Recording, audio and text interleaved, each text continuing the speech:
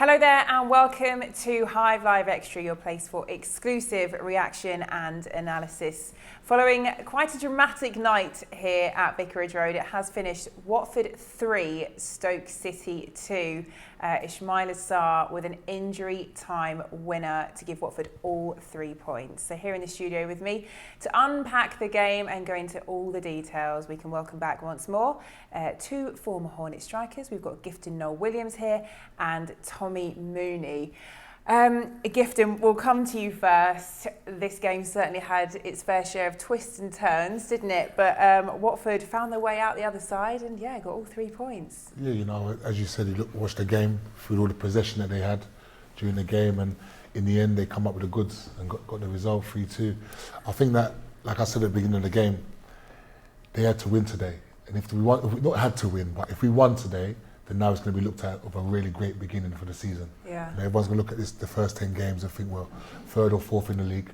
It's a good position to be in, considering that we just came down, and considering it's a new manager, and he's trying to get things going, get his philosophy going, get the way he wants to play. So you say it's a good start for the first 10 games. Yeah, with that, I think it's fair to say we did see Vladimir Ivic experimenting a little bit more with bits and bobs tonight. We'll talk about that in depth in a little while. But Mooney, such a shame the fans weren't here for this one, because the Vic would have been bouncing after that late winner, wouldn't it? Yeah, so much energy going into the final minutes of the game, and I genuinely thought once Andre Gray came on, it gave Ismäila Sarr a little bit of freedom to go where he wanted, instead of staying on the right hand side. And Sema did fabulous for the goal, and for Ismaïla to get that so late on. Like you said, it'd still be bouncing now. It was such an exciting finish. Well, we've already mentioned there's plenty of drama here tonight at the Vic on the pitch. Off the pitch, we must apologise once more. We did experience some technical difficulties with Hive Live, so once more we are sorry for that, that you weren't able to see a majority of the game. But here are the highlights.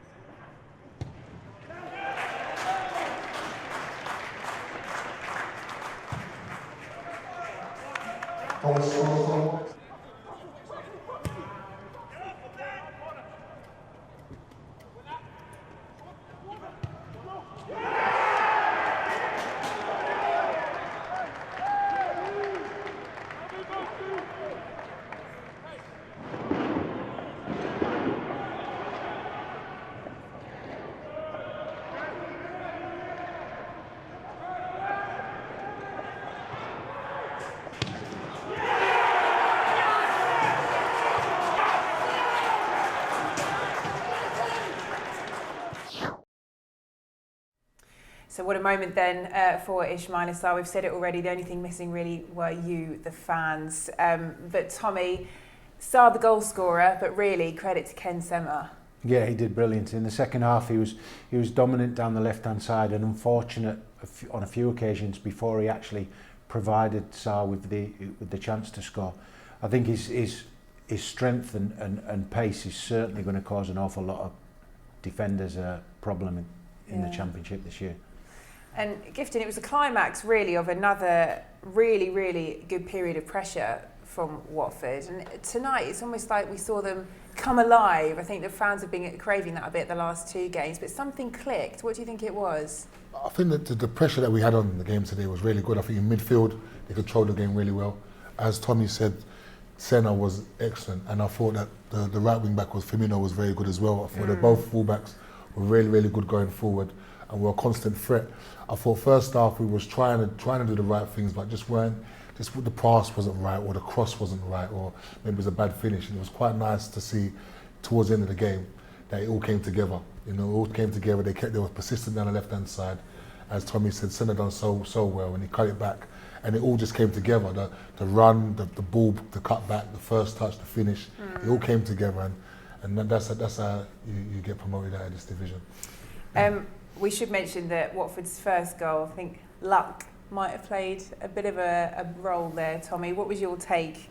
Because it was pretty controversial, wasn't it, to say the least? Yeah, it's another one of those where, you know, I'm sure VAR would have ruled it out if it was in the stadium, because it clearly didn't cross the line from the angle that we had until João Pedro made the contact on Angus Gunn in goal, and then it went over the line. But having said that, you know, they'd had all of the possession in the first half, very similar to Saturday, but there was a little bit more end product today, and you know, they deserve to be back in the game. Yeah, and I think we should probably give a mention to Watford's character tonight, because, you know, to go behind early again, and for, you know, a good few minutes after that we were looking at each other in here and thinking, you know, they've got a real mountain to climb again now. But they did it, didn't they? They got back into the game, and not only that, when Stoke pegged us back again towards the end, they went on and got another goal, Gifton. So resilience, I'll say resilience at the highest order. I have to take my hat off to them today, because we spoke about before the game, what would they do when you go down? I thought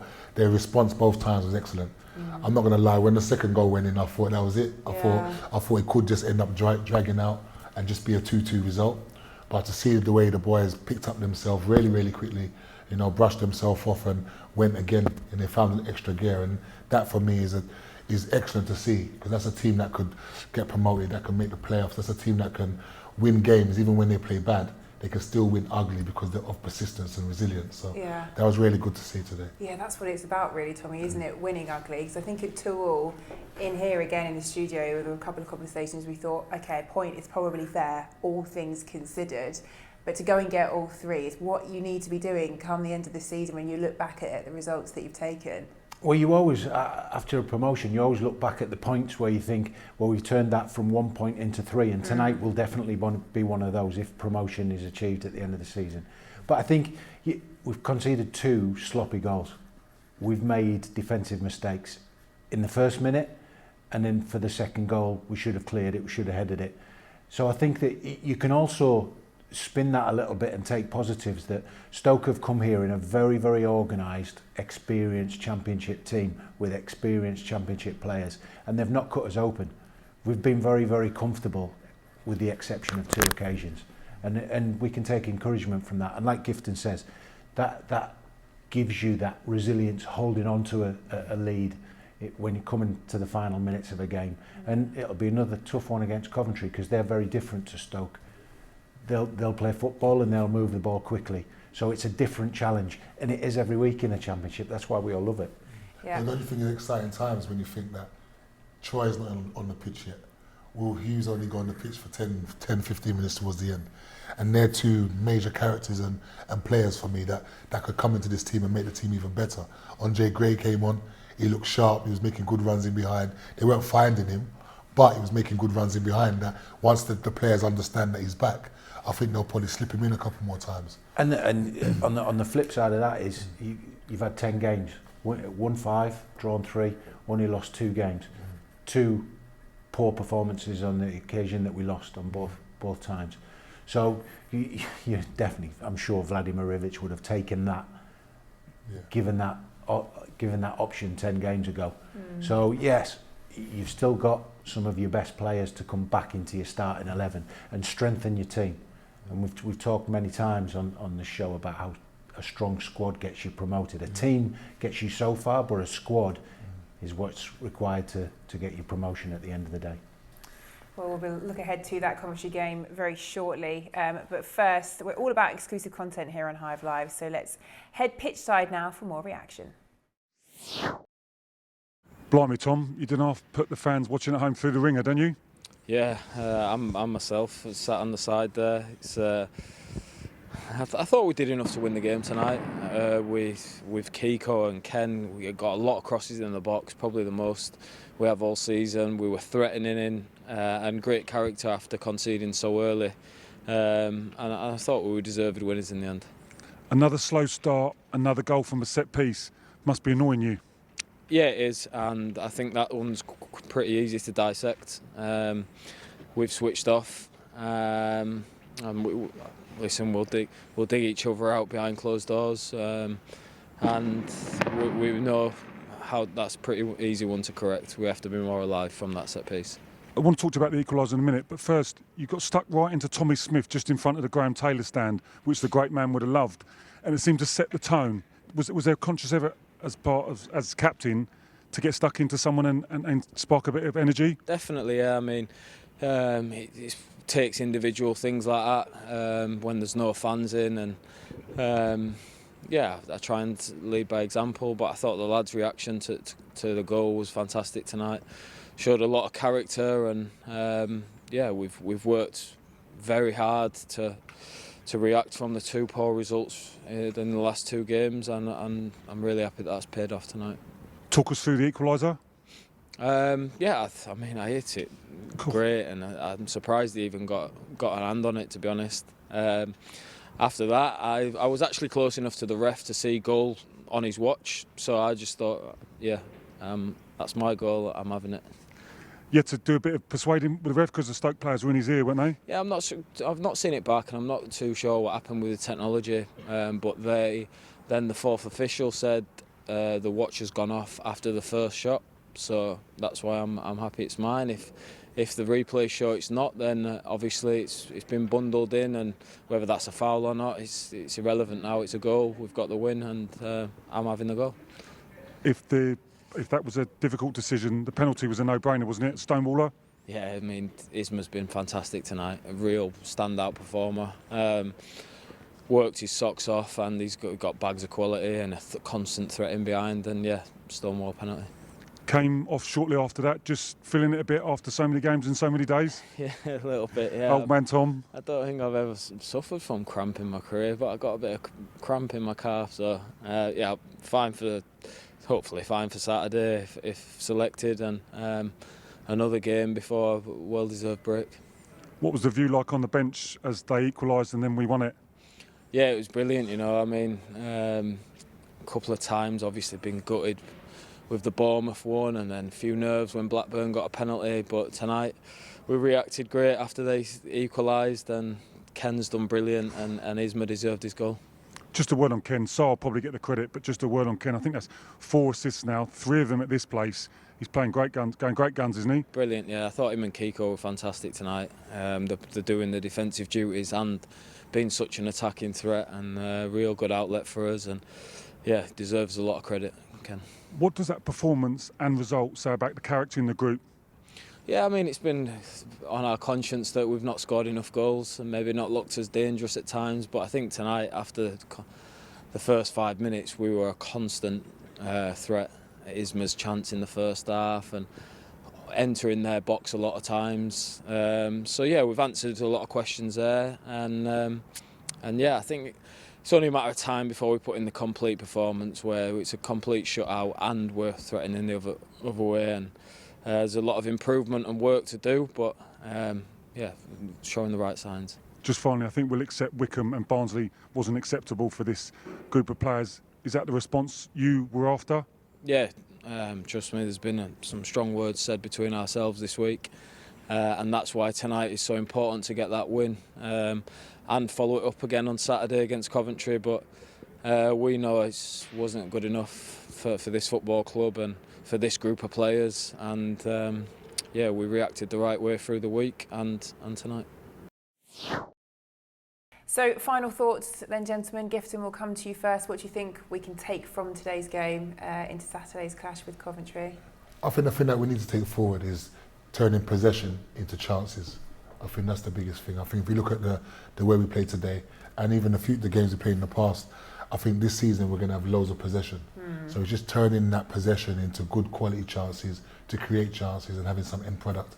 I think watching today, there was a bit more end product to the amount of possession we had. So as long as we keep on doing that and keep on striving to have more end product, I think that's the way forward for the team. And for you, Tommy, we've already mentioned some of the positives we can take, but you've alluded to perhaps some of the negatives as well, in that they were 2 sloppy goals, really. So for you, what do we need to take forward from this one into Saturday? Yeah, I think that'll brighten and sharpen the minds of the defenders, knowing they need to switch on from the very first whistle, not to give a goal away in the first minute, which automatically gives you an uphill battle. So the defensive side of it, they need to switch on. They've been better at set pieces, defending set pieces tonight, and looked better on offensive set pieces. So I think that's going to be a key for Saturday, because Coventry are a smaller, younger footballing team.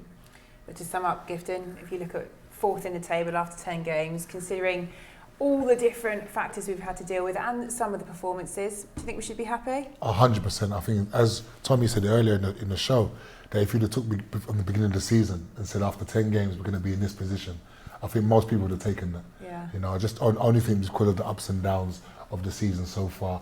That's why people might think it's not been a great start, but I believe it's been a very good, solid start to the season. Yeah.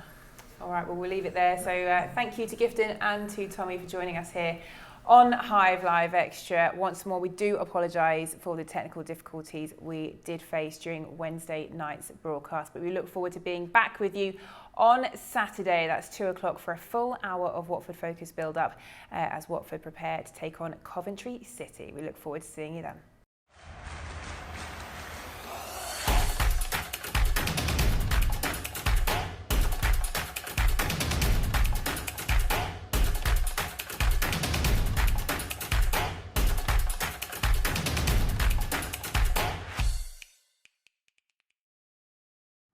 Where are you going? Subscribe first.